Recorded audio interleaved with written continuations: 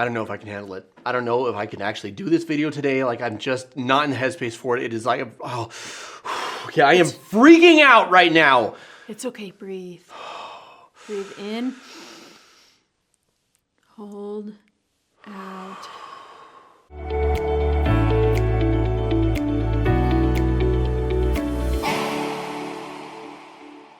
Welcome to Ask Us Anything, where we posit to our YouTube community topics for us to respond to. We ask them, when it comes to managing your anxiety, what is your single greatest challenge? And they did not disappoint. Shall we dive right in and see what we can do to help? Absolutely. I was asked the question, what are you hiding from? And it helped me realize that I've developed an unnecessary pattern of avoidance. I found myself unwilling to sit with my feelings and allow them to move through me as they need to, so I can let go and move on. How do I help myself do that? Most of us, if not all of us, grew up in an environment where we weren't super in tune with our emotions, our feelings. Yeah. It maybe necessarily wasn't okay to have certain emotions or feelings. And that wasn't because our parents or family members or caregivers didn't love us or wanted to reject us or thought we were unacceptable or that our feelings were unacceptable, right? Yeah. They were just operating from a place of what they knew, and often from their own place of wounds and overwhelm and life stressors, right? Sure. Anyone who's a parent can totally relate to that. I really think he wants to kill me. Now, Scott, we don't want to kill each other in here. We might say that we do sometimes, but we really don't. The message came across when, as a crying child, you came to them and you were hurt and they just couldn't handle one more thing, was it's not okay to have strong emotions. It's not acceptable to take my time. I do not have the time for you. I don't have the emotional bandwidth to meet your needs. And then because we're children and we don't have a developed frontal lobe, it hasn't even started developing, we internalize that rejection, we internalize that brush off, we internalize their wounds as our fault. It must be our problem, something's wrong with me, right? And so it is absolutely a struggle of almost everyone walking around to be in tune with our emotions. Yeah. And then once we become in tune with them, what do we do with them, right? And something that you say that I love is that, you know, behaviors can be unhealthy. Actions can be unhealthy, but emotions Words can be unhealthy. Right. Emotions just are. Like our feelings just are. They come from where they come from. And we have the opportunity to, one, become aware of them, and then to decide what we're going to do with them, right? And that journey of becoming aware of, hey, I had unconscious coping mechanisms that I wasn't even aware of. So for me, I would stuff things, or I was a chronic overfunctioner. Like if there was a problem, I would work. If I was upset, I would work. Like it didn't matter what the problem was, the solution was I would work. And if you're a healer personality, there's a high chance you had and I'm not a healer personality, but if you're a healer personality, there's a high chance that you had a parent or an authority figure in your life that showed up that way. Right. And so your sensitive nature of needing to be seen and heard and understood was met by the answer, well, you just need to work, right? And that felt like rejection. All of us are going through the same struggle. And so creating, one, a safe environment where it's safe for you to feel your emotions. And then two, creating the people where it's safe for you to express your emotions. Finding those people. Yeah. And then three, exploring for yourself. And there's a component of trust in this. Learning to trust yourself again. Learning to trust that you are the authority in your life. And exploring what serves and supports me. Well, and you saying that makes me think of Dr. Susan Jeffers. Jeffries?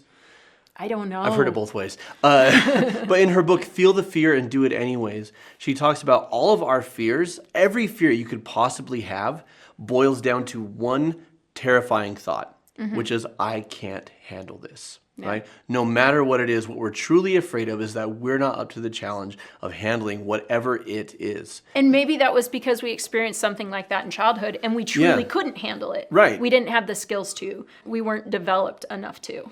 But I'm reminded of something Mr. Rogers said, which is anything that we feel is human. And if it's human, it's mentionable. And if it's mentionable, it's manageable, right? Everything human is mentionable, everything mentionable is manageable.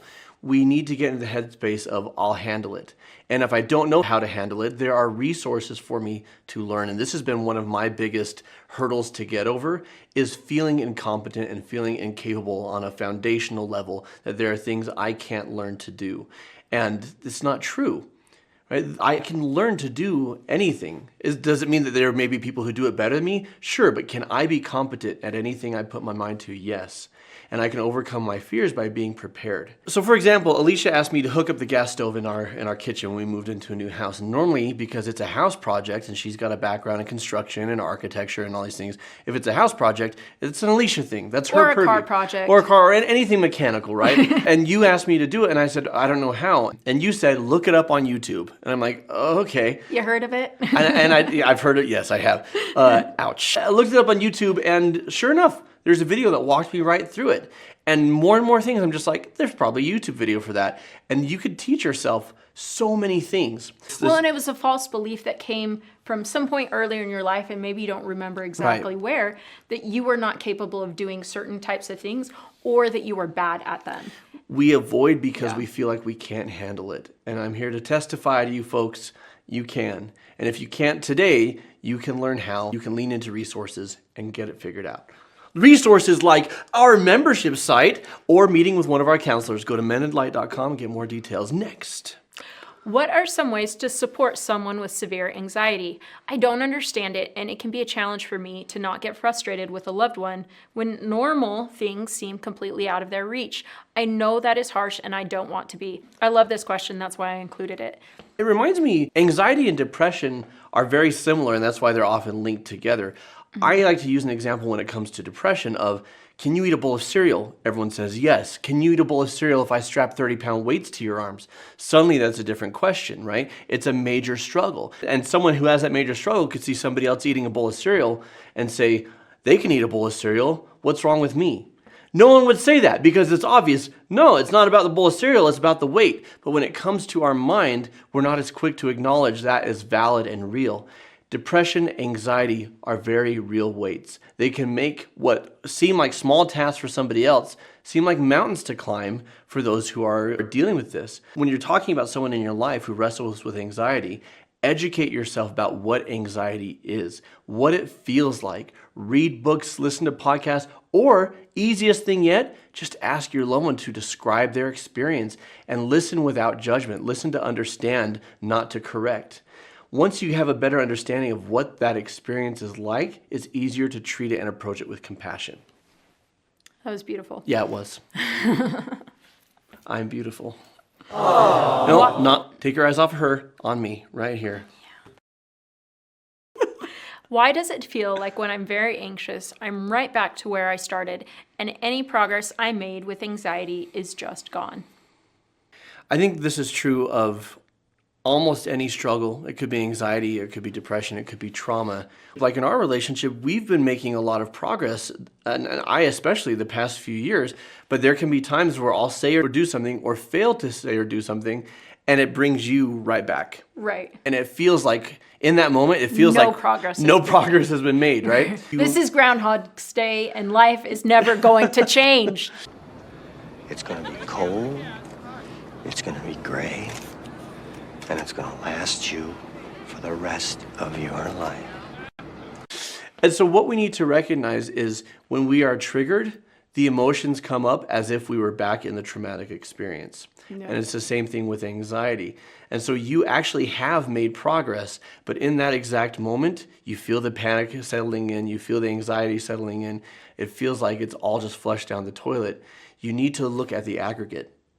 Look at the overall. And what I like to do is lay out the evidence for growth, lay out the evidence for progress. And the helpful way to do this is to journal it, is to journal the steps that you're taking and the victories that you make and the wins that you have, so that when you feel like nothing has changed, you can open that up and you can say, oh, actually, here's the steps that I made, here's the growth, here's where I'm actually at. This is just a moment in time, and it will pass. Well, and I love the concept of low moods and high moods, right? Mm-hmm. And we love high moods because they're full of peace and joy and happiness and all these things. Yeah. We don't love low moods as much, but we all experience low moods. And your low moods might look different than mine or yours or so on and so forth, right? But when we are in those low moods, one, to be aware of it, to recognize it, and to not trust everything that enters our mind when we're in that low mood, Yeah. right? And actually, like, trust yourself, but don't trust those thoughts that infiltrate when you are in that low mood, right? Dismiss them. And low mood isn't just sad and feeling low. You could be really stressed and agitated Right. with a Or lot of energy or overwhelmed. overwhelmed, Yeah. but that is still a low mood. Right, right. And so do not make decisions, important decisions, in a state of being in a low mood, You should never make important decisions while you're upset. and push back against those thoughts, like you said, through journaling or other activities, right? Right. But and also just acknowledge, like, I'm just not going to put a whole lot of stock in this because I've been here before, and while I don't like this path or this place that I'm stopping for a moment, I won't be here forever. Yeah, absolutely. All right, what's the next one? My biggest challenge is knowing when it is anxiety that is causing me to do or not do certain things.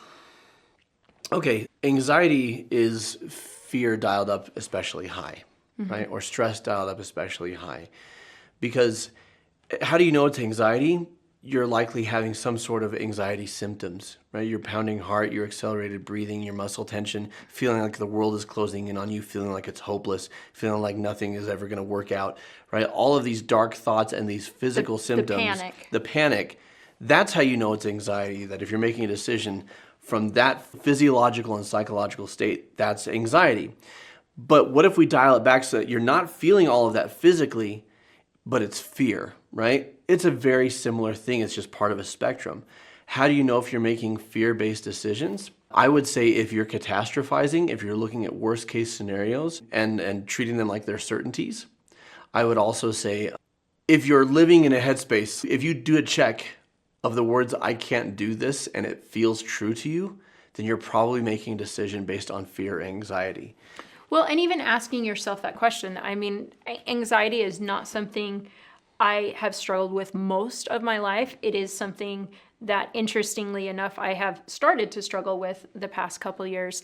And I think that's a symptom of the stress I was putting myself under. And so I'm working on that. And I shared that with my sister-in-law, and she was like, nice, Alicia. Now you know what it feels like to be like the rest of us. And I was like, thanks, I think.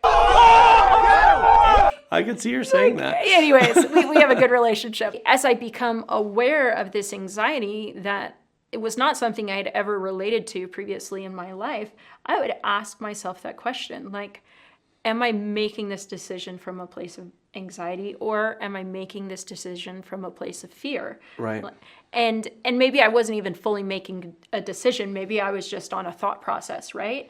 And I would need to like pull back, because our thoughts are the seeds of creation, right? Right. So the question, what are we creating in our life, right? Because I'm a very analytical, logical person. This works for me. And I think it can be helpful for other people that that's not their go-to. But asking yourself that question, right? Because I am very mindful right now in my life that I want to be creating joy, and I want to be interacting with my life from a place of love, like love, peace, and joy, right? Those are my mantras right now. Those are things that I've decided for me are the most important, and that's what I want to work on.